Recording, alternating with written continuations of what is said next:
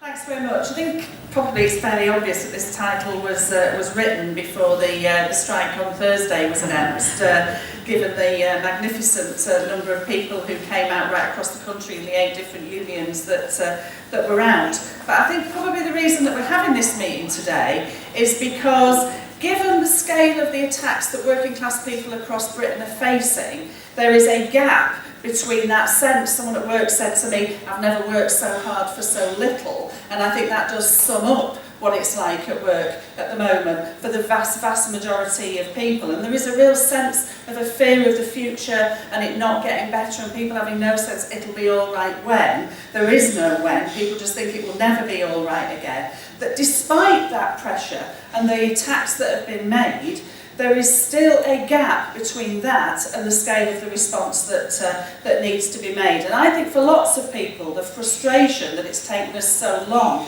to get to the strike that we had on Thursday, and the fear that the trade union leaders are going to waste another opportunity in the same way as they wasted the one over pensions, I think does lead people to be really quite demoralised and quite cynical about the role that the trade union leaders have played. And that can make people feel, when they do call action like they do on Thursday, there are some people who think, actually, what's the point, they're going to sell us out and don't build it as much. Or other people who think, you know, somehow joining a more sort of a union with a more left-wing leader. There's a number of people who've left Unison to join Unite, thinking that that's the answer to the problem. And I think that cynicism and those answers don't help anybody, apart from the Tories, the bosses and the trade union leaders. And what I want to do in this meeting, I want to look at the role of trade unions generally, the key divide that we believe exists in trade unions, which isn't between left and right union leaders, but is between the trade union officials at the top and the rank and file at the bottom, the role that those trade union officials play, the current situation, what shifted the strike to get us the strike on Thursday, and where we go from here.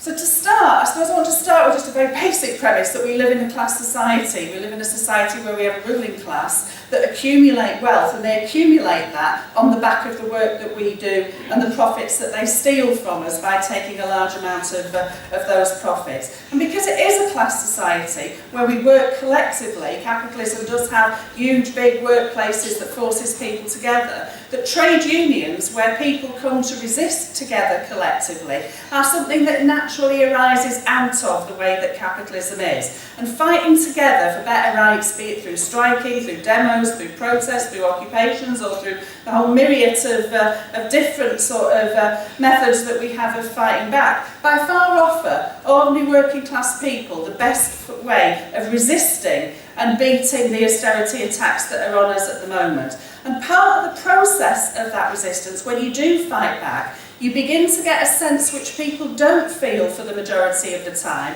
that somehow they're not the powerless group of people, that they generally is the way that life experiences, where it has you on a conveyor belt of life that you have very little choice of. When you begin to club together and fight back, you get a sense of some of the real power that you have, and you get a glimpse of some of the opportunity of a different sort of world, which is one of the reasons why revolutionaries and socialists believe strike action is so important.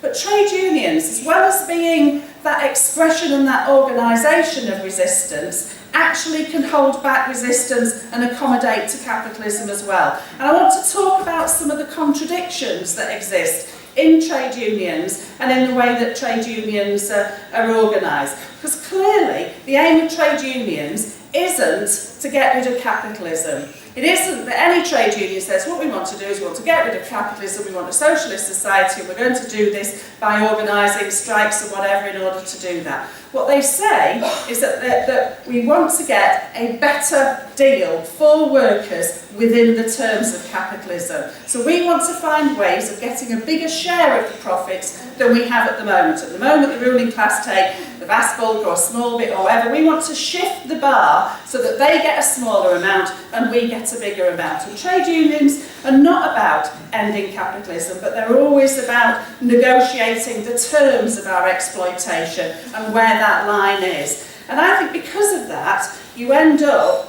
where, when there's a boom time and there's much bigger profits around within capitalism, it's easier to actually give workers a bigger share and still allow the system to operate without challenging it. I mean, it seems like a long time since we had booms. You almost think sort of, you know, it's sort of a very, very long time ago, it feels like in my memory. But as a sort of, in recessions, it's much, much harder to accommodate, to allow workers to get a better share of profits. And what ends up happening often is that trade unions, because they accept that capitalism needs to exist, there needs to be a profit system, you still need to be profitable, your company, your country, your whatever needs to compete. At times of recession, trade unions can actually negotiate in order to keep your company afloat or in order to keep yourself competitive, a cut in your terms and conditions that's not as bad as they wanted. And you see lots of trade unionists who will say to you now, well, our bottom line is no compulsory redundancies. Voluntary redundancies, yes. Pay cuts, yes. A tax on terms and conditions. And we see over the last few years there's been a whole series of attempts to get us to accommodate and to accept less in order to somehow keep the system going, get it back into profitability. And that's a logic that's built into trade unionism. It's not an accident, it's something that's absolutely built in because they don't see that they need to end the profit-driven system, they want to accommodate within it. But at the same time as that, you see trade unions actually, as they operate to fight back, end up uniting people. So if you want to go on strike on Thursday, there's no point saying we want black and white workers to do two different fights so half of you can stay and work. That's not going to strengthen our fight. And even the most deep racist is really going to have some grasp of that when they're on a picket line, that those divisions are going to make it more difficult. And that collective struggle can help to break some of the divisions that exist. But the way that trade unions are organised can actually reinforce some of those divisions as well. So again, there's a contradiction built into the way that trade unions are organised. You get trade unions that are specific specialist unions, like health unions or teaching unions, that are separate from other industries. You get unions that are based on the public sector or the private sector. You get them based on whether they're geographical or not. And you get those divisions between migrants and indigenous, where sort of people who are illegal workers often struggle to join trade unions because it's not seen as something that they do. And the other thing that I think is inbuilt into trade unionism is that competition between unions that I think is absolutely alive and kicking still, where unions compete for members, they compete for negotiating rights, they compete for their own members' share of profits, so that not for everybody generally. So we saw in the pensions dispute where trade union leaders would say, well, we're fighting for our bit in the health service, and it doesn't matter what they're doing in local government or in education, because we're trying to separate the fights out. And those divisions that exist have been used on a number of occasions to demobilise and to shift the focus away from that collective fighting, we're all in it together, which I think is a very, very strong sense of where workers feel they are at the moment. But really, the divisions are not just between unions. For us, the key divide within a trade union is not any of those things, but is between the rank and file bulk of ordinary members and the trade union leaders and officials. When trade unions first started, everybody was rank and file, everybody just worked and was a member of the union and fought together. But as trade unions grew and got successful and began to win battles and began to have bigger membership, more stable membership, spent more time organising and negotiating with bosses, they developed a layer of people who weren't employed by the employer in the way that we are, but were actually employed by the trade union, whose full-time job became that role of negotiating within capitalism, of negotiating with bosses, of spending their time doing that. And that full-time layer actually began to be separate, with a separate interest to the bulk of ordinary members. And really, over the years, I'm sure lots of us have had lots of things to say about some of the individual trade union leaders. But it's not about their individual corruptness, their weaknesses, their right-wing politics, which takes them into that really conservative role. But it's actually the role that they play in terms of standing between workers and bosses that puts them in that conservative position. Because the very first and primary reason why we end up with trade union officials that don't have the same interests as the mass of workers is that they do see themselves as intermediaries. They see them as standing between bulk of ordinary members and the bosses who are fighting for their fair share, and trade unions of share of where we're going to get how much for workers and how much for bosses. And they see themselves as negotiating the compromises that need to be made in order to take that happen. So they're not the representatives of workers, but they're in the middle between bosses and workers. And the negotiating of the settlement somewhere in the middle, the compromises that they make so that the system can live with, as I say, means time and time again you end up where you see them selling us short. And it's that being in the middle, that role that they have that they want to maintain, that can be that enables them to have a different set of aims to those of the bulk of us. Now, there are other reasons which actually consolidate that conservatism that exists. Partly, if you're a worker, you depend on a wage from your employer. If we get pay rise, then to be honest, you know, if we fight for a pay rise and we get one, we get one. Actually, it doesn't make any difference to our trade union officials whether I've had 5 years of pay restraint or whether I've had 5 years of pay cuts, because their wages are not dependent on my wages. Their wages are dependent on the wage that the trade union pays them. If they get rid of half the staff in my department, I have to work twice as hard. That doesn't affect them working twice as hard. And in fact, when we're out on strike,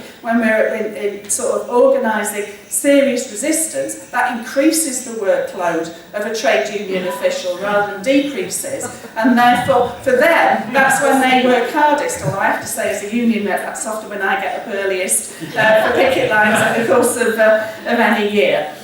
And I think that therefore they depend on the union and on having members for their wage. And I think that does, as long as we've got wages and we're paying our subs, then that does mean that their role and their security, and they've got some sort of role of negotiating, they've got a seat at the table, then for them, that's their role consolidated. For us, we need to actually fight the bosses in order to get any sort of decent quality of life, or ultimately to change the system and the way that it operates. And I think that in a way, because they have that separate role that's dependent on our subscriptions, what they end up doing as trade union officials is, I mean, Rosa Luxemburg put it really well. She said trade unions for trade union official becomes an end in itself. It's a precious thing to which the interests of the struggle should be subordinated. And for them, actually, the trade union machinery, which is their lifeblood, which is what funds them, which is what gives them a role in life, becomes what they do. So when there's 800,000 jobs lost in the public sector over the course of this government, actually that begins to threaten and erode them, because it means trade unions are potentially not actually viable anymore as they lose more and more members. When they privatise sections of the public services and our union density goes down, then obviously what funds their wages risks them, and that becomes a pressure on them to begin to defend the thing that keeps their role going. And I think Thatcher understood very, very clearly that the trade union and its finances and its machinery and its organisations was a key part of what trade union officials were going to defend. And the anti-trade union laws that have been brought in over the last 30 years are very, very much focused about punishing the trade union machine and the source of wealth on which our trade union leaders depend, which is why the drive to force us to have legal strikes rather than illegal strikes, to prevent them doing what they did to the miners 30 years ago, which was to sequester their funds and take their funds away. For the union leaders, that's the worst thing that you could do to them.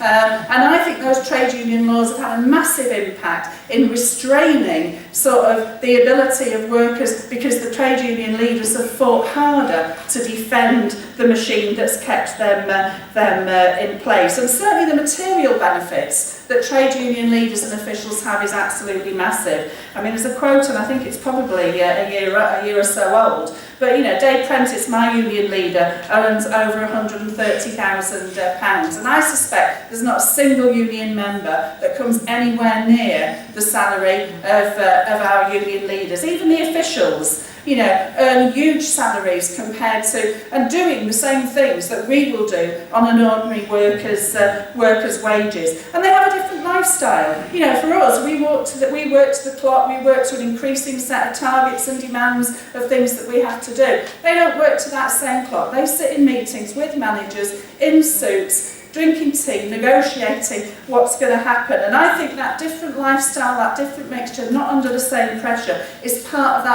that pressure that also pushes them into a much more conservative role. I think the last thing that pushes trade union leaders into a conservative role is actually the very, very strong division that we have in Britain between economics and politics. For a long, long time now in Britain, which is different to that in other countries, trade unions have accepted that they will deal with bread and butter issues, pay, terms and conditions, jobs, and the Labour Party, the political representation of our trade union leaders, will deal with politics. And I think the fact that trade union officials try to limit strikes and resistance to terms and conditions and economics, and we get a lot of that in Unison, where the dispute on pay, we're not allowed to talk about jobs and services, even though that's a good 3/4 of the reason why people are on picket lines. You're not allowed to talk about it because that risks putting us into illegal territory, and services and whether or not they should be privatised, what sort of services we have, is not the remit of trade unions, but is the remit of politics, and we do that through the trade unions. Most trade union, through the Labour Party. Most trade union leaders are very, very close to Labour Party leaders, and they will doggedly defend those links. And to be honest, for years and years, I mean, I started being a trade unionist in 1982, and we were told, don't rock the boat, wait for Labour. We had Thatcher in government. We were told that from 1979 right the way up to when Labour got elected in 1987, 18 years later, we were supposed to not rock the boat waiting for Labour. When Labour got in, we were supposed to give them a chance, because obviously they had a lot of work to undo. After we'd given them a chance, it was like, well, we're coming up to the election soon, you know, they are our government, you don't want the Tories back, do you? And time and again, you see that the links that trade unions have with the Labour Party become more important than the interests of their members. And I do think when you've got a Labour government in, that notion of bowing to it's our government and we can't challenge them has been a significant factor. And I think in the pre-election, it's always been the case that unions have resisted from taking strike action in the year before a general election in order to protect Labour's interests, because that loyalty extends to, if we go out and strike on Thursday, Ed Miliband will be asked the question, do you support the strikes or not? And the problem is, if he says, yes, he supports them, he pisses off the capitalists that he wants on his side in order to say, I'm going to manage capitalism responsibly. And it also sets him up for when they get into government, how come they can justify their 1% pay freeze as well. But if he says no, then it makes us more likely that even more of us stay at home, as people think that Labour's not actually going to deliver, which is not an unreasonable thing to consider given everything that they're saying. So that avoiding the question of putting them in that position and sacrificing us for another year is something that traditionally they have done. I'm going to come on a bit later as to why I think that that's shifted a little bit. So over and over again we see trade union leaders, given those pressures, be quite pessimistic about working class ability to fight back. We see them really optimistic about what Labour's going to deliver. So sometimes I sit on the NEC and I think, do you not read the papers? Do you not talk to your mates? Do you not hear what they're going to promise us? They're promising us nothing, but somehow that's something that we have to do. And the final reason that I think that there's that conservativeness amongst trade union leaders is around just the way trade unions are organised. They're actually quite bureaucratic, they're quite hierarchical, they're quite centralised. The officials tend to control communications within the union, they control the questions that are on ballot papers, they control sort of, you know, when there's a dispute goes on, they override conference decisions even though we have conferences. And I think that makes it harder for ordinary members of trade unions to have control over what goes on. Cheers. But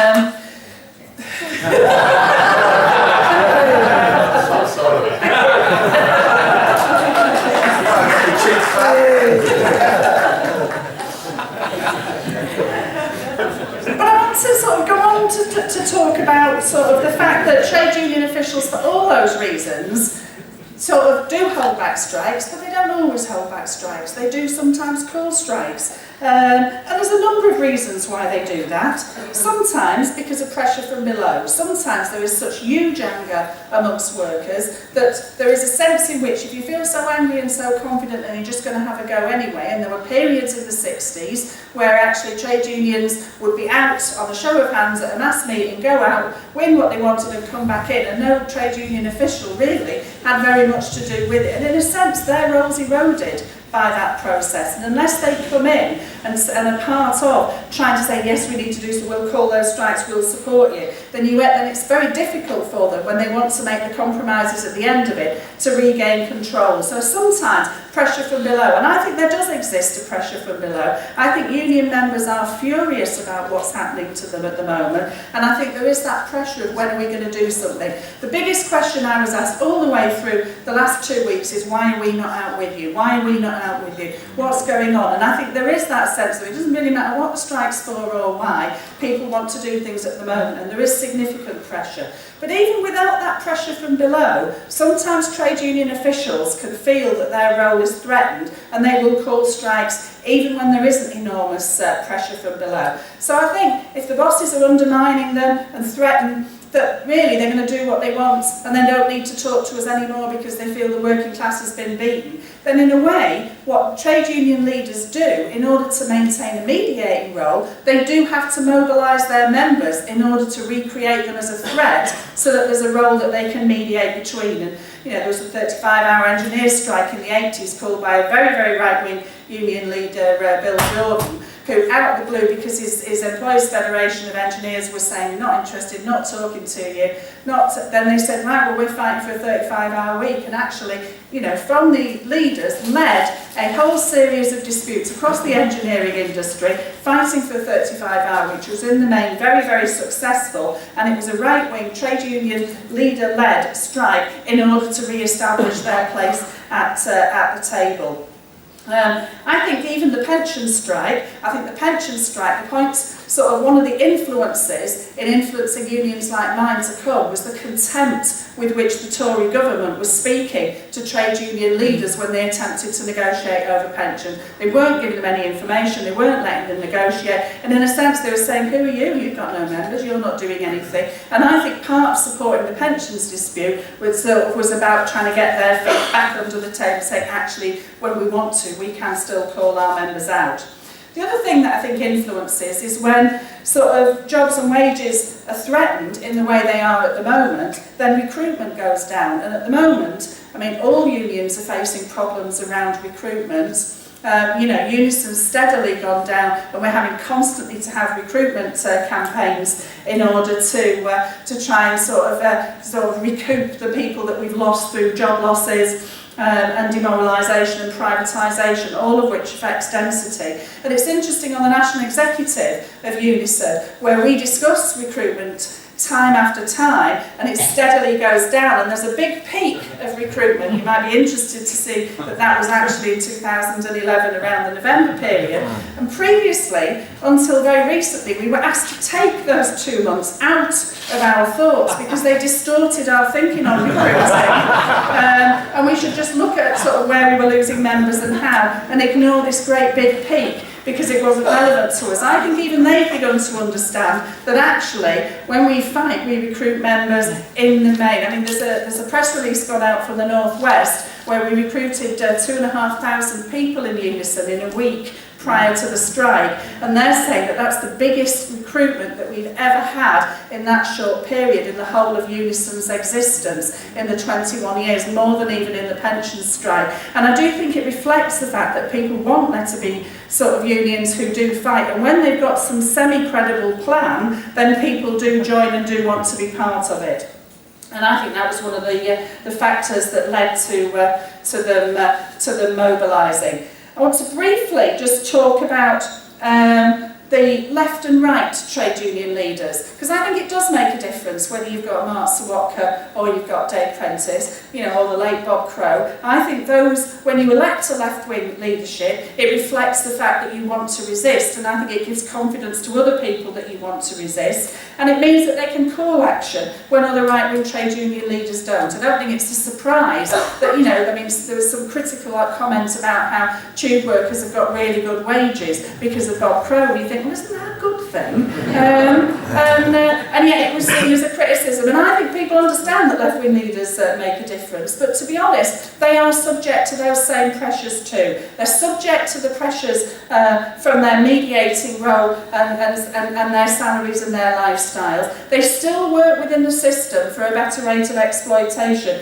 and they're all capable of holding struggle back as well. I mean, sadly, you know, you look at the role that Len McCluskey played at Grangemouth, where in the face of a potential ability to completely dent a massive attack from an employer, Len McCluskey runs up there and calls the whole strike off when they threaten to close the plant, and ends up abandoning his members, allowing sort of huge erosions into terms and conditions, allowing them to get rid of the full-time union officials that are on the site and sack one of the key branch secretaries. And I think that, you know, that left-wing leaders, going back to the 1926 general strike, you know, that the left-wing union leaders rely on the people just to the right of them, who rely on the people just to the right of them, who rely on the people just to the right of them. So when, sort of, you know, one of them collapses in the middle, then that affects the next one, and you're left on your own. And I think in the pensions strike, after we had the strike in November, when Unison said, oh, I'm not sure, I think we should go into sectional discussions, there were a group of left-wing union leaders who I think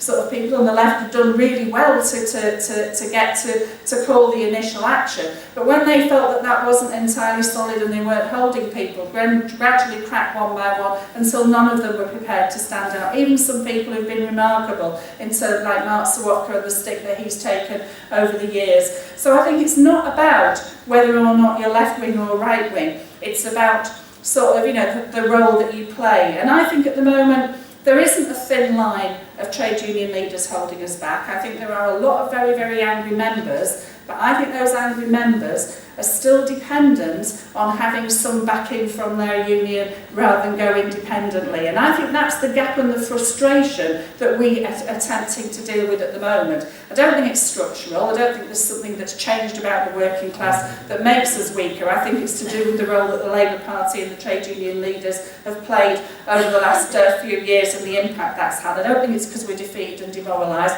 Otherwise, you wouldn't see the big yes votes when they do call a ballot, and you wouldn't see the big response when we do go out on strike. So for us, I think, you know, that we have to look at what we do, because there is a massive scale of anger, there is a growing pressure from below, but it's not a confident pressure from below. I think there are important local victories that begin to give you a sniff that you can win. So the Hovis dispute, the SOAS dispute, the Glasgow care workers, the all-out strike at Lambeth. I think there are significant disputes where people have shown that if you are solid and hard and you take the sort of action that you need to take to win, actually you can win. And I think that 3 years of frustration that people have felt since the pension strike, I think there's a sniff that that's changed. I think the fact that the trade union leaders have felt that they can call action reflects that pressure from below, it reflects the pressure from above, a Tory government that are dismissive, but I think crucially a Labour Party that's also dismissive of trade union leaders, that says even if they get elected, and there are people who doubt whether, given how right-wing they're being, people will actually come out and vote for them. But even if they do get elected, they're promising to stick to Tory spending limits, to stick to the pay freeze. And I think that if they get rid of the deficit in the country, that will force them to make the same attacks that the Tories are making. And our union leaders know that will not be a position where they're sat at the table negotiating. They'll have to behave as badly as the Tories. And I think the strikes are partly about trying to gain the influence. That's one of the pressures. And I think the lack of reduction of members, and finally seeing that when the left on the NEC said maybe we should look at that peak, they've begun to see some sense that's a pressure too. So for us, I think now we have to not be cynical when trade union leaders call action, and I think there is a layer of the left and amongst stewards and branch secretaries who have been cynical, and that's something we have to fight. You have to make those strikes as big as possible, otherwise the only beneficiaries are the Tories, the bosses, and those trade union leaders when they want to call it off. I think we have to try and to organise better, sort of a minority within the rank and file who will increasingly organise to put that pressure on. So the fact that we had the petitions with Name the Day, trying to say to people, we need a strategy that we can win, we need further strike action that means business, winning an argument with people about how we can do that and getting organised. We do need to just build local strikes, but arrange organised solidarity, which has an impact back in the workplace that you're in. And I think we have to build the political organisations that carry these arguments, because there are lots of different people, lots of different arguments out there, and the wrong arguments can take you in the wrong place. And I just think we have to not be pessimistic. We have to see that there are real opportunities out there at the moment as trade unionists, as socialists, and we have to take those opportunities. I really enjoyed that. My name is Makhanya. I'm a UCU member from University of Stirling, which is very close to Grangemouth and Ineos. And I think for me, I want to ask you about unofficial action, because that's what we're talking about. As a union member, only a few miles away from that strike, we were waiting for somebody called Len McCluskey to tell our union to go out. I think that's appalling. I think it's not about pushing the leaders. It's also about saying, actually, this is what we're going to do, you better come along and join us. Maybe in Scotland, which unions have said, better together, I'm sorry, they don't represent me. I'm voting yes, because we've got the Scottish Labour Party on the run. We do not say in Scotland, we've got to keep them in power, because we have other options. Thanks very much.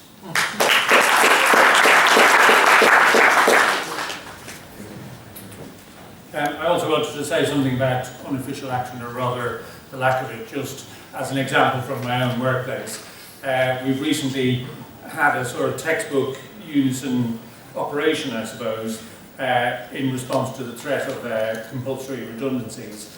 After weeks and weeks of grinding through this process, we haven't had compulsory redundancies, but around 140 people have left, and several, at least several, hard to put a figure on it, have left under duress, let's put it that way, under duress, you know, putting pressure on people, letting people know that actually they'd be better taking a very small bag of money and bailing out. I've had to go to Unison branch exec meetings, which are sometimes very positive, but other times you have to listen to a full-time regional official spelling out how industrial action is an absolute last resort. We will seek to avoid this at any cost, you know, and you have to just put your head in your hands. Okay, the bottom line, no compulsory redundancies, has been achieved, let's say formally, although some people have been pushed out under duress. But there are other issues. Just to mention one, stress.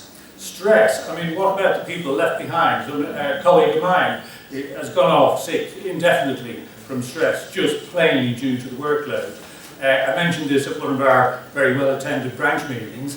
At the end of it, a woman who I don't know, doesn't know me, came up to me and said, I'm glad you said that about stress, pulled up the sleeves in her top. Look at that, look at that. Her arm was covered in a rash and bumps. She said, that's due to the worry of this thing. And then she just shot off and got in the lift. You know, all these things that are not being addressed by the bottom line, which is a very low bottom line. On the other hand, because of conversations you have with people, people say to me, what would you have done, Mike? You'd have had a strike at the beginning, wouldn't you? Yes, let's say that we'd have been in a much better position if we'd had a 1-day, a 3-day unofficial walkout, gone outside the office and forced them to come to us to say, well, look, people, what is it you want? We would have got off to a much better start. And there's a minority of people who can see that that is the case, but at the same time the question arises, how would we get that unofficial action which we plainly couldn't have got? And the paradox, I suppose, is that to get unofficial action, or the confidence to be able to call unofficial action,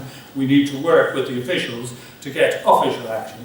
The call from above to have some kind of strike action or industrial action can give people the confidence where we can then rebuild to a situation where, yes, right at the beginning, we could have had a 3-day unofficial walkout in the style of the 1970s. I just read a couple of books about it, and I encourage other people at work to do the same. So that's the paradox. We have to be optimistic, I think, about working with the officials to get official action, because that will help build up a movement that can at some point in the future be able to respond unofficially, independent of the union machinery as well.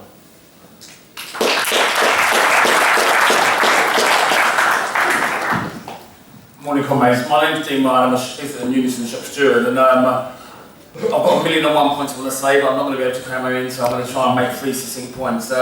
Firstly, I think if the 2011 strike was sort of the zenith of one of the times I've been a shop steward, you know, what happened was it going around work building for the strike. I had people that shop meetings which were standing room only, where people were really, really confident, where actually the shop meetings were like SWP meetings, in the sense that we were able to sort of talk about about capitalism and about taking on the bosses and about all sorts of things, and it was really, really, really, really, really brilliant. Actually, after the strike, after the union leaders capitulated, it was like a real low point, and actually I hit the floor and a lot of my members hit the floor. I had one member chasing me around my floor saying, Dean, can you tell me why my union leaders are shafting me up the arse and literally pinned me in the corner? And I was like, whoa, it's not me. I had other people in my team who actually left the union over that, and it's been a hard battle to get them back into the union. And it's funny because actually on Thursday our strike was really, really, really brilliant. But I know that there were people who took part in 2011 who haven't taken part this time. So actually that's one thing. And I'm going to admit to Karen, I think your talk was really, really brilliant. But actually already people are talking to me, saying to me, actually they think the strike's going to be sold out, the strike's going to be sold out. And I feel, I still feel a layer of pessimism. I'm going to be honest. Right, because actually I've been coming to Marxism for 20 odd years now, and I know that we have these meetings all the time, and I want to know how we punch out this cycle. It always seems that we're in the cycle where we have a brilliant strike, we have a brilliant class struggle, but then we have to prepare for the sellout. So that's one thing. Other thing, I'm going to talk about the importance of having socialists in the workplace. I work with kids who are excluded from schools, and a lot of these kids are young offenders, so actually I have quite a lot of contact with the youth offending service. And I'm going to say, she's smiling, Joe smiling, actually, what I try to do, I've been trying to organise the youth offending service from the outside, and I've got quite a lot of friends there. And it's actually been really, really brilliant that Joe Cardwell, one of our leading members, has gone into the youth offending service. And the job that she's done has been absolutely brilliant, because actually now, one of the most militant sections, one of the happiest sections out in strike on Thursday at my workplace was the youth offending service. And we're in a situation now where actually people are coming up to me and saying, look, I'm really sorry, and I'm not really sorry about it. And it's like, I've already bought socialist working from Joe. So actually that shows you that actually what the difference that socialists can make in the workplace. And that's really, really brilliant. And the final point I want to make is about the importance of socialist worker. Because during the point when we were miserable, I had a member of my team who actually left the union, and I've been having arguments with her time and time again. And all we did was have arguments about why she should rejoin the union. And then one day she said to me, oh, I'm coming to some meeting tonight. It's a meeting about Mark Duggan. And I was like, yeah. And it was actually, she was going to Tottenham SWP meeting, and I realised actually all the time I was just talking to her and relating to her about the trade union bureaucracy. She was actually thinking about the wider issues in society. And I think, the importance of socialist workers should be really flagged up. On the picket line on Thursday, well, my branch chair was inviting some lunch. She said to me, oh, I'll go off and make a speech. And she made a speech, and the speech was full of stuff that I was going to say. And she came up to me afterwards and said to me, oh, your paper's brilliant, I've got all that fancy figures and the stuff you were showing out. So actually, what's important, and I've seen Nick trying to wind me up, so the last thing I'm going to say is that, because she made those speeches, I had to think in my head, what am I going to do? And I thought to myself, you know what, everyone's talked about the cuts, but no one's talked about the unity of our class. So I made a speech, and we had a joint Unison GMB rally, and a lot of the GMB workers are white, manual working class workers, you know what I mean? So I thought, I better talk about racism. I made a speech about don't blame the Etonians. And it's funny, when I said don't blame the Romanians, don't blame the Bulgarians, actually the GMB section didn't clap as loudly as the others did. But when I said, actually we need to look at who was attacking us, it's the Tories who are attacking us, it's the Tories who are taking our pensions, they're the ones who are making us, and I said it's not immigrants who are doing that, so we need to be united as a class. then the GMB workers actually had a big fight. So I think really what we've got to do is that actually when we talk about the strike, we can talk about the cuts, but we also need to make sure that we do it within a framework about class unity. Thank you very much.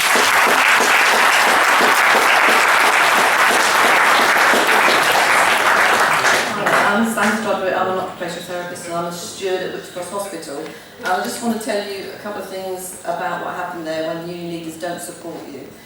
We had a big campaign, we had massive downbanding of nurses, bullying management, we got taken over by Mark's Health. It was just absolutely disgusting. We had a nurse die on the ward of cardiac arrest, more than stressed. We've had really people leaving, but we had a lot of anger as well. So we had myself and an RCN rep. It was the first time we had joint union meetings with the RCN. We had meetings all around the hospital about it. We said, hands up if you don't want to put no trust in the bus trust board, and everyone voted yes. And we said, hands up if you want to go on strike, everyone voted yes. Shame we couldn't have walked out there and then. But we had an indicative ballot, which we got a 320 yes vote. But what happened is the London region of Unison undermined that ballot totally. They didn't support us, and they said that we had to ballot over all 3 sites of the Berks, London and Newham, and that wasn't going to happen because we had the biggest base really at Whips and we were more angry, we were getting more of the attacks. So that really caused a lot of anger and demoralisation and misunderstanding of what we could do about it. And then we went to the Wonderful Health Conference, some of us, where we came back, it was resounding, 1% we're going to strike, and I came back to a letter of a branch secretary resigning and pulling 200 to 300 Unison members over to Unite. And they were all porters and domestics, so they were actually an outsourced sort of company. But that caused a lot of confusion for people because you don't go to work and join a union having a political understanding like we do of union bureaucracy and how awful they are, and when we and the differences between left and right. So it was a lot of discussion we had to have, and it really caused quite a lot of confusion. But what I argue with people is that we're still under pressure. The fundamental difference between left and right trade unions, as Karen said, is not the most important thing. Of course we want to see trade union leaders in the left wing, but actually that doesn't make such a difference because their position is different from ours, their interests are different from ours. But they can pull more people, and so of course we support day apprentice and it's cool. But what's the difference is that the socialists who think to go to another union because actually they look to the left positions, they look to the leadership, they look to that side of things, means that they're more distant from their workforce. And as revolutionary socialists, for us at Whips Cross, we have to build from the base up. That means we have to fight, we have to pull people into activity. And although, as Dean said, there is some demoralisation, people think people won't fight. I've got 2 new stewards, a cardiac nurse and a physiotherapist, who was sick of everything that happened,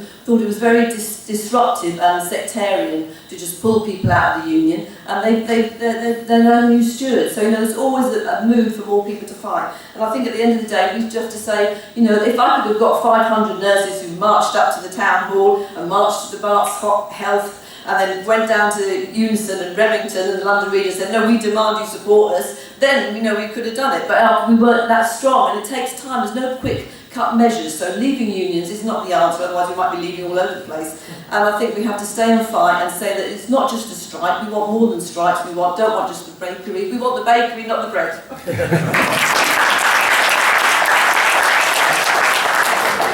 Can I just say, comrades, we are already getting to the point of having too many people wanting to speak compared to the amount of time that's left. So can I ask people who are contributing to keep their points focused, please, on a couple of key points, preferably points that have not already been made. My name is Pete Shaw. I'm an electrician and I'm also a member of the Joint Sites National Rank and File Committee. I want to tell you a little story about an incident which happened in Yorkshire on Ferrybridge Power Station last year. And this is where I think it's very important that when we're talking about our national officials, we should also talk about the fact that when the national officials actually work on our behalf, then we support them. When they don't work in our behalf, then we organise against them. And that's what we've done within the rank and file. This is what we've been doing over the last 3 and 4 years. I started off by catching a bus in West Yorkshire down into London to go on the picket line with Frank Morris, travelling overnight, picketing all day and going back at the end of the night. A small group of us until we pushed our union into a position where they'd use the leverage programmes and back us in our campaign to get Frank Morris elected. And at Ferrybridge Power Station, we had a situation where a Romanian company were going to bring in 130 welders to re-weld a new boiler. Now it was a situation of British jobs for British workers. The situation was appalling, absolutely terrible. But I fought against this, and with Michael Bradley, we produced a leaflet. I met with the full-time officials, and we called a strike. We called a strike, not for British jobs for British workers, but a strike which we were saying, you're reneging against our national agreement where local workers should be given the chance of these jobs. And that's how we put it across. And we won it. We put 300 pickets on the gate, we shut the power station down and brought 400 workers out. We then recruited 400 workers into our national union. And this is what I'm on about. Whereas where you are strong, then you must build a rank and file. You must be able to take action independently of the national union at all times. This action will give you strength. It will give you a position where people will support you and they'll see that the union is doing things. We were strong enough to be able to lean on our full-time union officials. And our national banner in Yorkshire, it states simply this, and it's electrical mechanical engineers, national rank and file. When the national union can't fight, the rank and file will.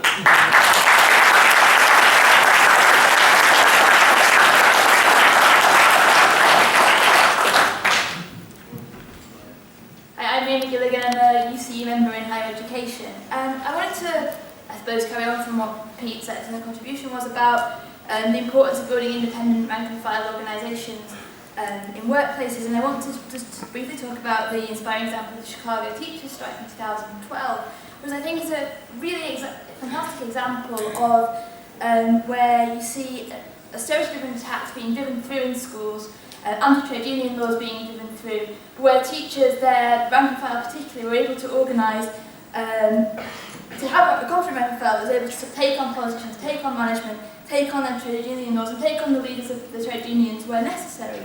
And they've managed to do this partly through building strong roots in local communities. So in Chicago, they've been set up this left group in the union called CORE, which stands for the Caucus of Rank and File Educators, which has grown out of rank and file teachers opposing closures of schools with local groups and parent groups and things like that. And I think that was one part of what they were able to do. But I think also building this rank and file in every single school that meant that during the strike in 2012, they were able to do things, take action independent of the sort of union officials, so doing things like marching on the mayor's house, just one school deciding to go and do things. And when it came to the union being given a contract to sort of take to the members, they decided to extend the strike for 2 extra days because they knew that if they didn't do that, if the union leaders just tried to impose a contract on the teachers, then they wouldn't be able to do that because the teachers has developed, they had such a strong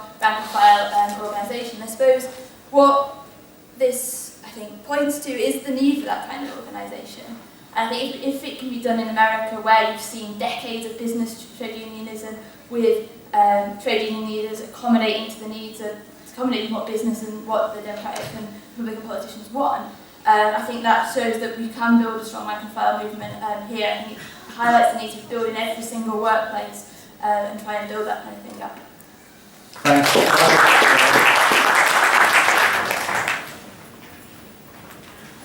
See, I suppose the big thing for all of us, isn't it, right, is what Dean said earlier on, is about how you break the circle. Right, so because at the minute, we know there's a massive amount of anger that exists amongst people. We know that when people get a call to come out, I mean, whatever the ridiculous figures that came out from the government, people saw the local government employees claiming that 95% of people had gone into work, right, stuff the other day. You know, we know and stuff, whatever. There was on Thursday, it was a massive success for our side, and it's built on anger that people feel. Right, stuff about it, and then we know that with the protests, demonstrations and everything else on the one hand. On the other hand, we know there is a lack of confidence amongst people, and that's why continually there's the stop-start process and stuff. And we get the official call, we respond brilliantly in ballots, we respond brilliantly on demonstrations, right, stuff, whatever. When we don't get the official call, people feel much more unconfident to move. And I suppose there's 2 or 3 bits about this. The first thing is that it seems to me we have to use the official calls to develop unofficial activity. Right, so there's no point in us just sort of waiting for the glorious day sort of thing. Like when they give us the opportunity, they give us an inch, we have to take a mile. And that's when people talk about, and to me explain to me, he's not here in a minute, right? Doug Morgan's one of our comrades who chaired the rally, right, stuff in Birmingham, right, stuff on Thursday, right? And Doug, he sort of like runs these rallies like revivalist events and stuff, but one of the things Doug did, which is pretty good, standing next to Dave Prentice, right, is who wants to strike again in the autumn, hands up, boom, right, stuff over it. He used the official meeting in order to push the process forward, right, stuff back. We've got to try and learn to do this, it seems to me, at every level possible. When people strike, and there are examples at the minute, sometimes small examples, Lambeth, Care UK and other places and stuff, but really hard strikes, long strikes where people are extremely determined and the rest of it, we have to use those as opportunities both to support the workers themselves, but also to spread the divine gospel of discontent. Over £30,000 has been raised for the Lambeth strikers. Why? Because when they go into the workplace, they make you feel good. They make you feel good because they're on all that strike and you'd like to be on all that strike too because you hate your boss. But we have to try and use these opportunities, Care UK, other places to get around. But the other thing seems to me is we've now got a real opening inside our class, an argument about what happens next. And you're right, there's a layer of activists from 2011 who really are just waiting for the plug to be pulled. And we all feel that a little bit. Right, so on the other side of it, when Prentice and other people get up and say, actually, we're not just talking about one strike, we're talking about September, we're talking about October, we're talking about bringing the health service out and the rest of it, right? So they open the door for us. They may be doing this for all kinds of reasons, to put pressure on Labour, right, stuff, because there's a union conference that they're speaking at, etc., etc. But it opens the door up. And that means in every workplace now, we have to be putting an argument. If the unions and the officials talk about 2 days in September, I want to be out 2 days in September. If I'm a Unite member, a UCU member, an NUT member, the rest of it, we have to agitate at a big level, on national executives, all the rest of it, right? But in every school, in every workplace, at every shop meeting, we have to say it was bloody brilliant, but we all know one day ain't enough. We've got to hit them. The last thing about using the official and unofficial, because we've had a debate inside some of our publications about the idea of the 24-hour strikes and the rest of it and the impact they make. Of course, a 24-hour strike on its own does not dent the government enough.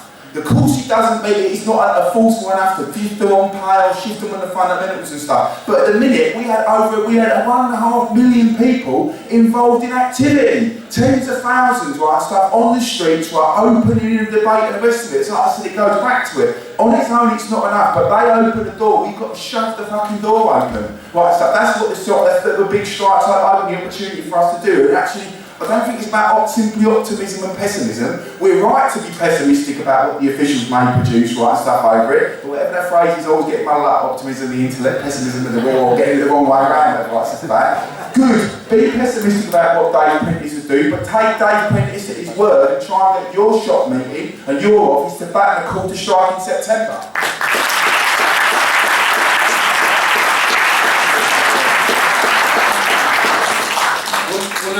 One of the wedges that we can use when the door opens like that, one of the wedges we can slam into it is solidarity between public sector workers and private sector workers. In Gateshead, there's been a strike in a glass factory, 120 workers voted to go on strike over low pay, absolutely fantastic, demonstration through the trade and estate, all this sort of stuff. First union, and I'm very pleased about this, first union branch of any solidarity was Gateshead Unison, branch committee meets, 250 quid down the road to the glass workers. That strengthens their hand, they keep having meetings, discussing what to do, and so on.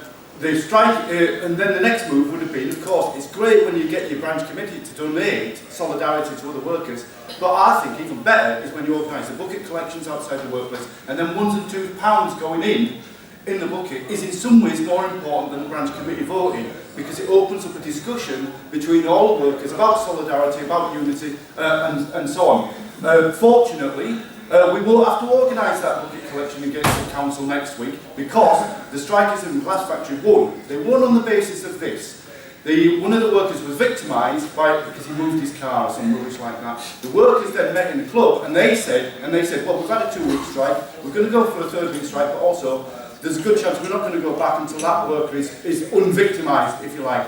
this put the shits up the bosses, obviously. They caved in, and the workers have actually got a better deal now, overpay than what they thought they would get, which is good. The victimisation has been lifted. The official news about the victory on that strike will come out. But also what it meant was that when the public sector workers were on strike on Thursday, the delegation of workers from the glass factory comes down in response to the solidarity that they got from the public sector workers. And I think that if we can find all sorts of ways at ground floor level, at rank and file level, at grassroots level, of talking about solidarity and delivering solidarity, it lays the basis for building confidence, the sort of confidence that can fill the gap that we've been talking about, the gap between what the anger on the ground floor and the vacillation that you get from the union leaders. So solidarity is everything, but make it very, very concrete. Those pounds in buckets, they count.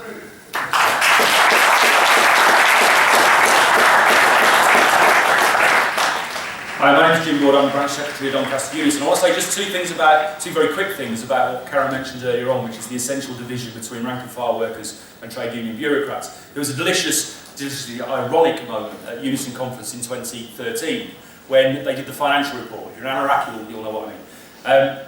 And in that financial report, they reported very positively about the fact that they'd maintained a final salary pension scheme for Unison employees. This is on the back of having sold out a final salary pension scheme for 1 million Unison members. The other thing is that this magazine, Unison Active, the magazine for Unison members in Yorkshire and Humberside, was delivered on July the 10th, the day of our strike on Thursday. There is not a single mention in this magazine of the strike action on July the 10th. It's not important on that level too. I also want to talk about the Care UK strike in Doncaster, because really I think nothing demonstrates to us in Doncaster and to other people who are involved in their politics about the transformative effect on workers of taking determined strike action. Care UK workers started with an incredible reliance on the union for leadership, on their regional officers and all the rest of it. They were looking to them for leadership, and you saw very quickly that start to dissipate, the frustration start to build with what they saw as the sort of delay, the slow timing, the lack of action, the lack of determination on the part of regional officers. And then coming to people like us, revolutionary socialists and other activists in other parts of the movement, for leadership, advice and guidance. What we talked to them about was taking control of their own dispute, the formation of a strike committee, which they did with 18 of the best people within that dispute, taking responsibility for putting together plans of action, itineraries for direct action around Care UK workplaces around the country. And there's no doubt that taking of control by rank and file workers scared the regional bureaucracy in Unison. You saw them very quickly trying to slow time things and also giving misleading advice to workers to confuse them and to try and dissipate their determination to act. Those workers are now forced to reballot, and we're waiting for the result on that, and we obviously hope that they are going to be in a position to take further strike action for a further period of 12 weeks. 12 weeks they've already taken. Low-paid care workers out on strike. The idea that low-paid workers don't want to organise, don't want to fight, completely shot in the head by Care UK. The other thing I want to say is just about us, people like us in workplaces, in our unions and whatever else, because when Dean talked about that pessimism, we're not immune to that. We are affected. We spoke yesterday evening about the Care UK strike, and we were talking about the impact of that and the frustration that we feel about the position of that strike at the moment. We're not immune to that frustration, but being a revolutionary socialist, being a member of the party means that when you're involved in those disputes, when you're involved in your workplace, you're equipped with a framework and an analysis which says to you, these are the reasons why these things happen. These are the relationships between the bureaucracy and the rank and file. The strength of the class forces is this is how this will map out, and this is how what we can do to intervene in this. That cuts through that frustration, but it doesn't completely remove it from us. I can't imagine being an activist in Unison without being a member of the Socialist Workers Party, because I think that it would be the most demoralising position for anyone to be in.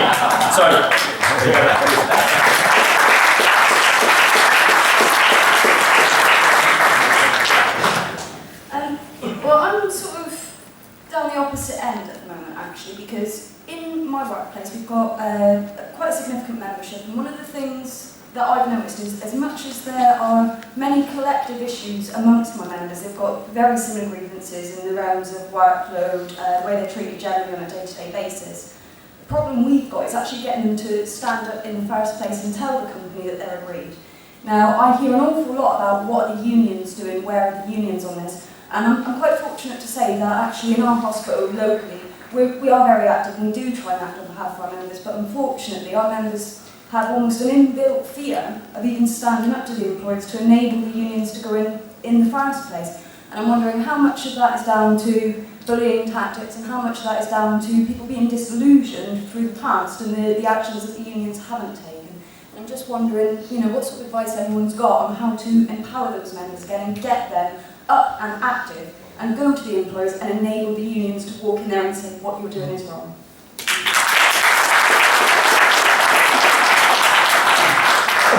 Yeah, my name's Ian Bradley. I'm a member of Unite in the construction sector, and I'm a Sparks just like Pete. And I want to, there's sort of three arguments that are going on within the union, and actually I think you really hear it in the trade union movement as a whole, and you've heard it in this meeting. The first one, Karen talked about, the answer is to elect your trade union officials. We talked about, Len McCluskey being a left-wing trade union official at Grangemouth. I want to talk about another example, and that's the Remploy factories that I was involved with.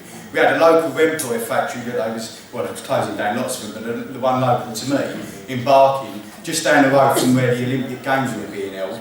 We got a really good relationship going, and we was actually convincing them that actually on the opening ceremony of the Paralympic Games, they should go for an occupation of their factory, while the world's media is looking at London. What happens? Then McCluskey pulls the strike, the Remploy factory closed down, and then people are now on benefits instead of in work. And the other example argument going on is actually then you leave your right-wing unions. The sister there talked about, in her workplace, many left groups now are saying, well, what we do is we'll take all our members over to Unite because they're more left-wing, and actually Unite are actually, really going out trying to recruit in the health service at the moment. But the fact is, most people in the health service are in Unison.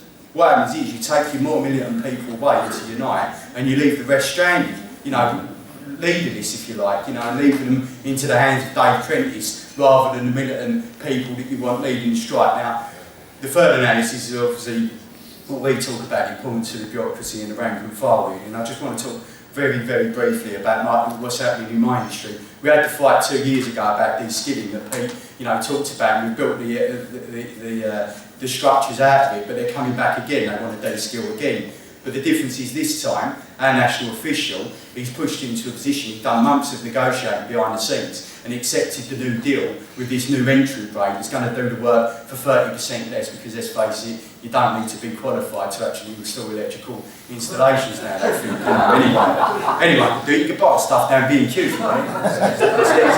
But actually this time, he negotiated, he accepted it, brought it to the stewards committee, it was time to get fucked. We ain't having it. We ain't having it in our industry. We now have got to have a national ballot. Whenever it's been a ballot before over it, it's always been, we can only ballot the people that are directly employed. That's probably about 5% of people in the construction industry, because we've got bogus self-employment. Another thing we're fighting over. This time they're balloting everybody who's a JIB member and is a member of the union, because we're not going to have this de-skilling. And he hates us. He was on the phone to us yesterday saying it was the union that won the best and not you lot. He wanted to wait 6 months while he built an army. He was calling us a cancer, but we don't worry about that. He either does what he's told or we do it anyway. And that's the difference.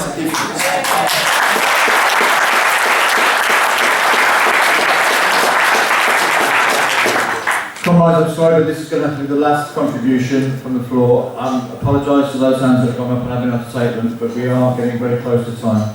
Excuse me, there's been criticism raised on the left groups here in the discussion. Will allow for Okay, so my name's Sue Corbell. I'm a teacher who was on strike yesterday, and I just want to talk a little bit about that question that we've raised about the gap between the anger that exists amongst the rank and file, but the lack of confidence. And I think the speaker before last who talked about our workplace and where it's quite difficult to get people to speak up. It's kind of summing that up a little bit. When you don't have a lot of that collective struggle, people can feel quite feel for. There's a number of things you can do around organising around small grievances, and I think it'd be good if you could talk to some of the other people here that have spoken about how they're organising in hospitals and stuff. It'd be good to discuss with those people. But also, I think things like taking around collection sheets for other workers who are on strike, like the Lambeth College workers, can begin to get, you can start a conversation with people about wherever people are getting organised and striking. I think that's quite important. And I think the points that people have made about taking the official action where it's called and using that to try and raise the level of rank and file confidence and organisation is really important. There's a number of examples around things that teachers have done in the run-up to the strikes, where we've started to organise joint union meetings in schools, which is something that hasn't happened before. And actually, we talk about unofficial actions, really, we're not in a stage where we can call unofficial action, but as a result of some of those meetings, in one of the schools in Hackney, 5 Unison members who hadn't been balloted because it was an academy, and Unison didn't ballot their members in an academy, refused to cross the picket line yesterday morning and joined the strike. And I think, that's a kind of little glimpse of what we've had against and so having those joint union meetings, building solidarity with other strikers who are on strike, getting the Lambeth strikers in, organising picket lines. We've had quite a long argument in our school about picket lines. Our head teacher's all right, really. It's not against him, we don't need a picket. Now we've started telling people they can come into work at 11 o'clock on strike day to miss the picket. Now people are going, right, next time we're going to have a mass strike, we're going to mass picket, we're going to be there all day. People are starting to understand these things, and part of that is a process of politics inside the workplace and discussing with people on a day-to-day basis about what is the role of the trade union legislation, what are laws there for, what is the role of the Labour Party, what's their role in this, and why we need some kind of alternative. What about racism and immigration controls and letting that divide us? These political arguments are really important if we want to begin to win the argument about workers being collectively organised and having the power to take on the bosses and to act independently, which is the sort of discussion that we need to have. And I just want to finish really with a plug for the United Resistance Conference on November the 15th, because that idea that we have got a gap to fill between the level of anger and the confidence amongst the rank and file, we need something where we can actually start to have these arguments with people, bring together our networks, start to get ourselves a little bit better organised so we then go back to our workplaces and develop that level of organisation. And it starts when we go back to work next week, arguing for more strikes in the autumn, but actually the November the 15th United Resistance Conference is going to be a fantastically important part of that. So please sign yourselves up and bring all your workmates along in November.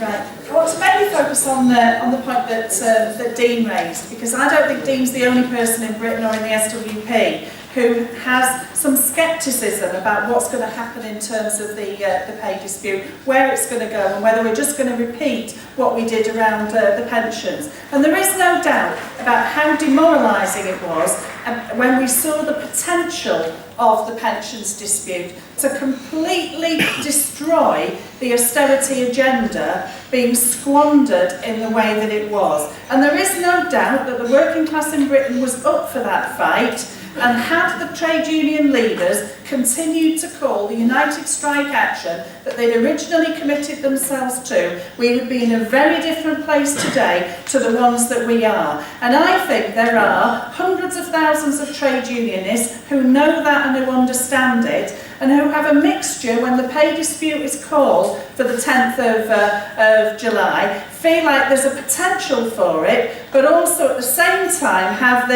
are we just going down that road again? And I think there are levels of, if you understand some of the reasons of how the trade union leaders got to where they did, which is partly to do with the anger from below that isn't going away, the recovery for all the bullshit that they tell us is not true. There is no golden sort of, end of the rainbow round the corner that we've all missed. We know that, they know that, and people in Britain know that I think that sense of you've got to do something is real amongst working class people at the moment. You have to have some strategy for what you're going to do. And I don't think people necessarily have very clear strategies. There's the very dangerous strategy of let's just blame migrants and take the money off them and somehow that'll be the answer.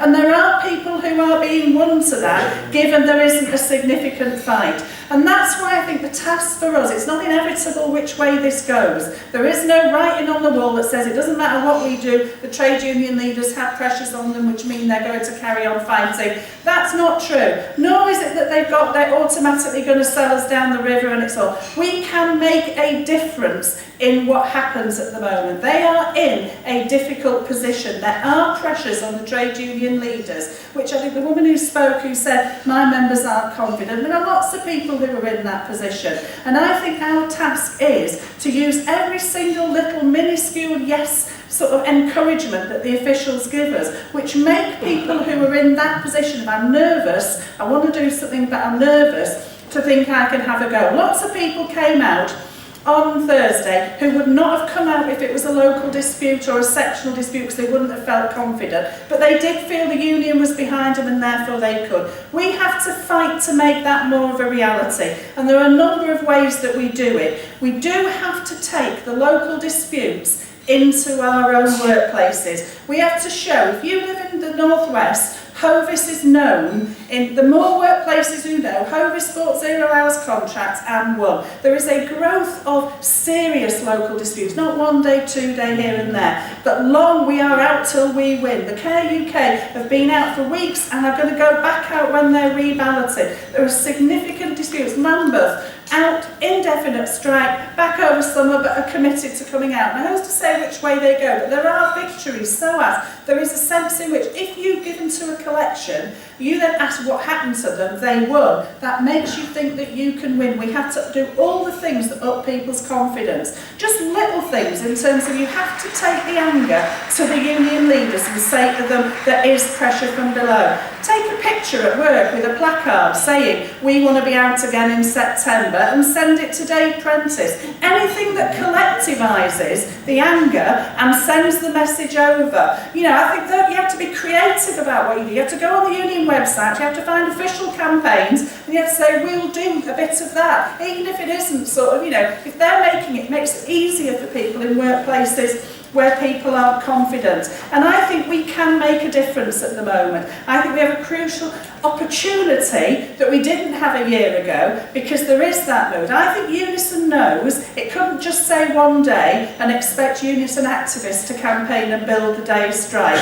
Even with 1 day and 2 more days in September and some further, there's a level of scepticism which I think meant some branches didn't build it as big as they should have because they were pessimistic. In Bolton local government, they've all joined the Labour Party en masse and are trying to reclaim the Labour Party.